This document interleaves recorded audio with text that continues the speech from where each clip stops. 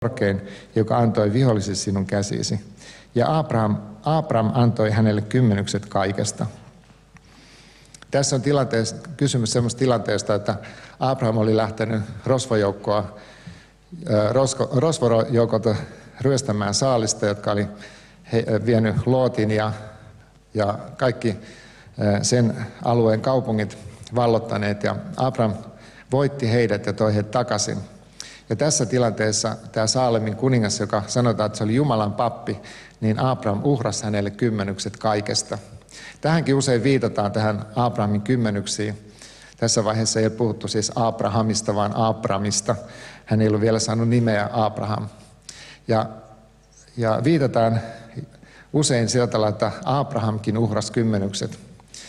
Ajattelematta varsinaisesti sitä, että mistä se Abraham uhrasi ne kymmenykset. Abraham uhrasi ne kymmenykset todennäköisesti omaisuudestaan. Ei, jotkut sanoivat siitä sotasaalista, mitä hän sai, mutta kun Abraham ei ottanut sitä sotasaalista itselleen, niin kuinka hän olisi siitä kymmenykset uhrannut. Ja jos Abraham olisi uhrannut kymmenykset kuukausipalkasta, niin se olisi ollut vähän vaikeampi käsite kanssa, kun tuskin hänellä sellaista palkkaa oli. Abraham ei uhrannut kymmenyksiä siis kuukausipalkastaan, vaan joko omaisuudestaan, voittosaalistaan tai vuosituloista. Mutta mä epäilen, että se oli näistä hänen omaisuudesta.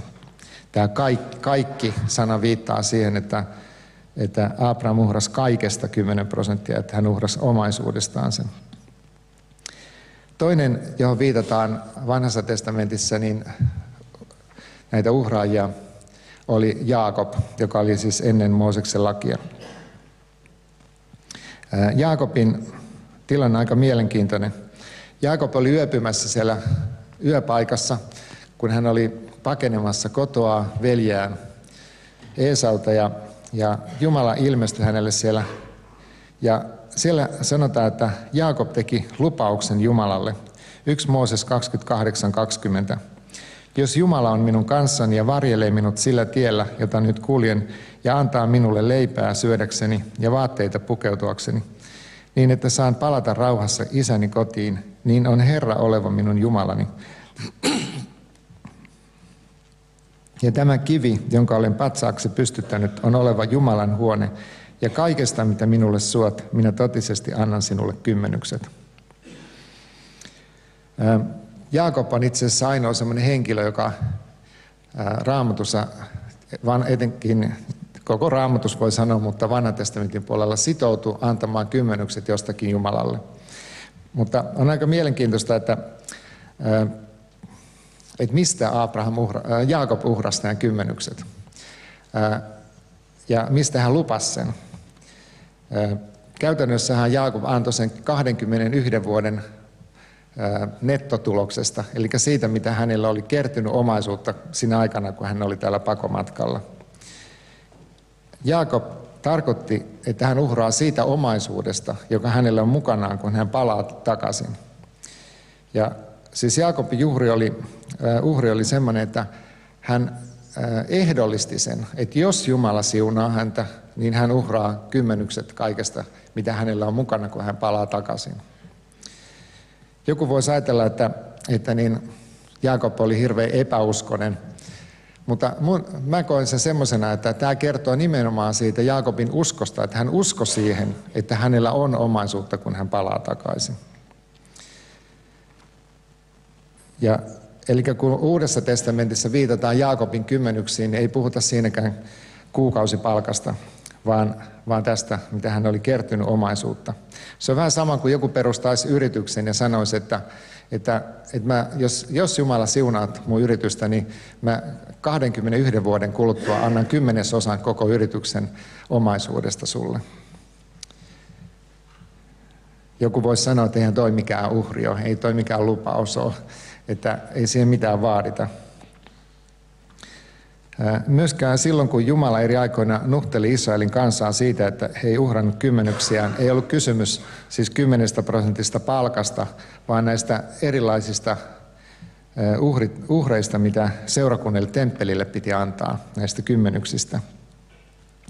Näissäkään tilanteissa Jumala ei kuitenkaan puhunut koskaan Israelille, että hän olisi nuhdellut heitä siitä, että he ei antanut kymmenyksiä, vaan Jumala nuhteli siitä, että he oli luopunut Jumalasta. Joka kerta, kun Raamatussa Jumala nuhtelee Israelia siitä, että he ei ole uhranneet kymmenyksiä, niin Jumala ensin puhuu siitä, että he on luopuneet Jumalasta. Esimerkiksi Jesaja 1:11 sanotaan, mitä ovat minulle teidän paljot teurasuhrinne, sanoo Herra.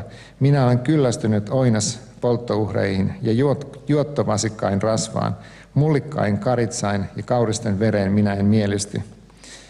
Kun te tulette minun kasvojeni eteen, kuka sitä teiltä vaatii? Älkää enää tuoko minulle turhaa ruokauhria, suitsutus on minulle kauhistus. Sitten täällä 17 jae sanoo, oppikaa tekemään hyvää, harrastakaa oikeutta, ojentakaa väkivaltaista, hankkikaa orvolle oikeus, ajakaa lesken asiaa.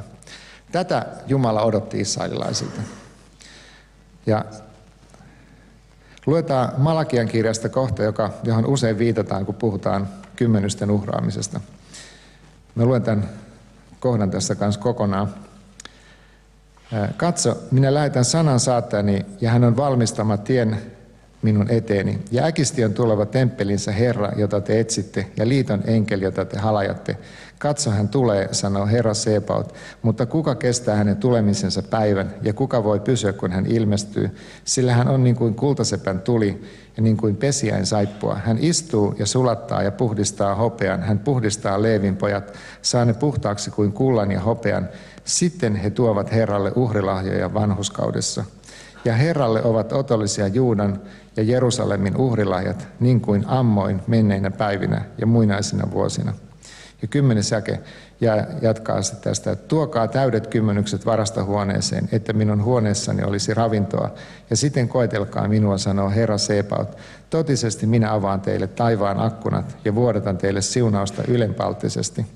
Minä karkoitan nuhtelullani teiltä syöjäsirkat turmelemasta teidän maanne hedelmää, eikä teidän viiniköynnöksenne kedolla ole hedelmätön, sanoo Herra Sebaot, ja teidän onneanne kiittävät kaikki pakanat, sillä te tulette olemaan ihasteltu maa, sanoo Herra Sebaot.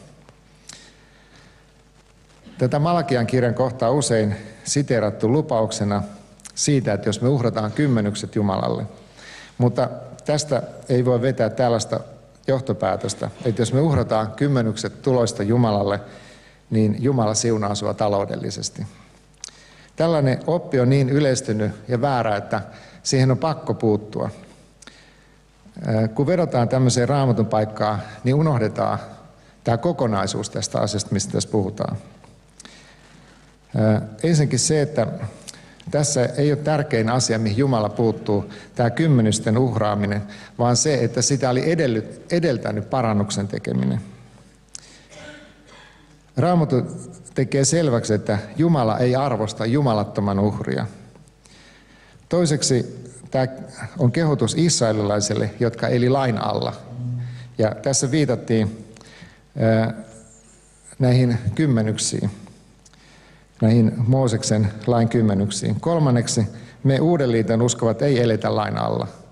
Ja neljänneksi, tässä ei puhuta kymmenysten antamisesta kuukausipalkasta, vaan juutalaisten monista kymmenyksistä. Eli silloin kun otetaan joku tämmöinen irrallinen jae ja sitten tehdään siitä oppi ja opetetaan sitä tämmöisenä raamatullisena totuutena, niin mennään harhaan, kun ei nähdä kokonaisuutta. Voi sanoa, että tämmöinen kymmenysten uhraaminen palkasta, niin se on ihan ihmisten keksimä oppi. Sitä oppia ei ole Vanhassa testamentissa, eikä sitä Uudessa testamentissa, vaan se on sellainen oppi, joka on vaan rakennettu, koska se tuntuu toimivan. Galattalaiskirja 2. luku ja 14 jae sanoo, mutta kun minä näin, etteivät he vaeltaneet suoraan evankeliumin totuuden mukaan, sanoin minä Keefaalle kaikkien kuulen, jos sinä, joka olet juutalainen, noudatat pakanain tapoja etkä juutalaisten, miksi sinä pakotat pakanoita noudattamaan juutalaisten tapoja? Raamattu opettaa, että me ei voida ottaa jostain Mooseksen laista jotain, tai vanhan testamentin puolelta jotain lakia ja ruveta noudattaa sitä lainomaisesti, ilman että meidän pitää sitten noudattaa kaikkia muitakin Raamatun käskyjä, vanhan testamentin käskyjä. Jos me halutaan mennä lain alle, niin meidän pitää sitten ruveta noudattamaan niitä kaikkia, mitä vanha testamentti sanoo. Ei me voida ottaa esimerkiksi sieltä tämmöistä kymmenysoppia ja alkaa opettaa sitä, kun Uusi testamentti ei puhu siitä mitään. Meille usein opetetaan, että kun sä uhraat kymmenykset, niin Jumala siunaa sua. Tässä vedotaan usein Jaakobin kymmenyksiin ja näihin Abrahamin kymmenyksiin. Ja sitten kun ajatellaan kuitenkin Jaakobiakin, niin Jaakobin lupaus oli päinvastainen. Jaakob sanoi, jos Jumala on mun kanssani ja Jumala siunaa mua, niin sitten mä annan ne kymmenykset. Joku voisi sanoa, että Jaakob oli vaan realisti. Hän vaan niin kuin ajatteli sillä tavalla, että miten asiat on, ja hän laskelmoi sitä.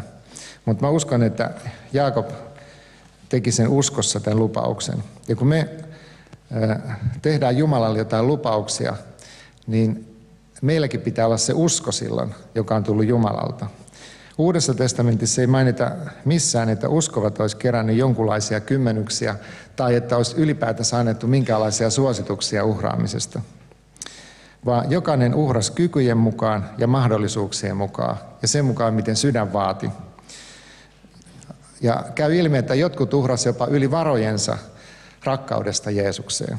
2. Korintalaiskirja 7.1 sanoo, mutta me saatamme teidän tietoonne, veljet, mitä Jumalan armo on vaikuttanut Makedonian seurakunnassa, että vaikka he olivatkin monissa ahdistuksen koetuksissa, niin oli heidän ilonsa heidän suuressa köyhyydessäänkin niin ylenpalttinen, että he altiisti antoivat runsaita lahjoja. Sillä voimiensa mukaan, sen minä todistan, jopa ylivoimiensakin he antoivat omasta halustansa. Ja paljolla pyytämisellä anoen meiltä sitä suosiota, että pääsisivät osalliseksi pyhien avustamiseen. Eivätkä he vain tehneet niin kuin me olimme toivoneet, vaan antoivat itsensäkin ennen kaikkea Herralle ja sitten meille. Ja sitten sanotaan vielä näin, että niin, että me kehotimme Tiitusta, niin kuin hän jo oli alkanut saattamaan teidän keskuudessanne päätökseen tämänkin rakkauden työn. Siis tässä puhutaan, että se oli rakkauden työtä, tämä uhraaminen. Paavali sanoi 2. Korintalaiskirja 8.12, jos on alttiutta, niin se on otollinen sen mukaan, kun on varoja, eikä sen mukaan, kun niitä ei ole. Sillä ei ole tarkoitus, että muilla olisi huojennus, teillä rasitus, vaan tasauksen vuoksi tulkoin tätä nykyä teidän yltäkylläisyytenne heidän puutteensa hyväksi.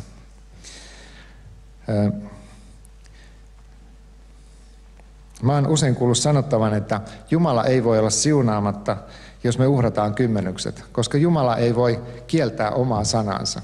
Mä oon tämmöisen opin kuullut hirveän usein. Mutta se on vaan ihmeellistä, kun en mä ole löytänyt sitä Raamatusta. Että jos joku on löytänyt, niin kertokaa sitten mulle.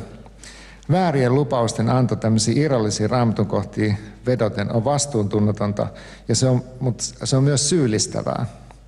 On hyvä muistaa, että maailmassa elää valtava määrä uskovia aliravittuna. Ollaanko me jotenkin niin paljon parempia ihmisiä, parempia uskovia, että meillä on oikeus elää yltäkylläisyydessä samaan aikaan, kun muut elää ravittuna? Ja me opetetaan, että joo, että jos ne uhraisi vain kymmenykset, niin kyllä heilläkin olisi kaikkea yllinkyllin, ne olisi yhtä rikkaita kuin mekin. Ei se käytännössä ole näin. Mä tunnen monia liikemiehiä, jotka on tehnyt konkurssin, vaikka he on ollut innokkaita uhraajia. Yksi mun ystävä oli liikemies ja hän teki lamavuosina konkurssi ja hän menetti kaiken ja hänelle jäi velkaa 1 000 000 markkaa. Hän oli esimerkillinen kristitty ja hän sanoi mulle kerran, että hän ei koskaan uhrannut alle 20% tuloistaan.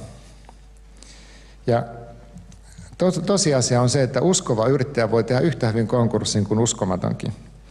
Eikä me voida aina ymmärtää sitä, että miksi Jumala sallii semmoista tapahtuvaa. Mutta Jumala tietää, mikä meille on parasta. Voidaan sanoa, että Jobkin teki konkurssin, mutta lopulta kuitenkin Jumala siunasi Jobin elämää enemmän kuin alkuaikaan. Kerran, kun mä rukoilin tämän liikemiehen puolesta, ja mä todella sydämestäni toivoin, että Jumala auttaisi hänet tästä taloudellisesta ahdingosta, niin silloin yhtäkkiä Pyhä Henki sanoi mulle vaan tällä tavalla, että minä olen murheellinen, että hänen sydämensä oli niin kiinni rahassa. Mä oikein hämmästyin. Mä oikein niin kuin pelästyin, että mitä. silloin mä ymmärsin sen sillä hetkellä, että Jumala oli enemmän kiinnostunut tästä henkilöstä itsestään kuin hänen rahoistaan. Usein, kun me ajatellaan maallisia, niin Jumalan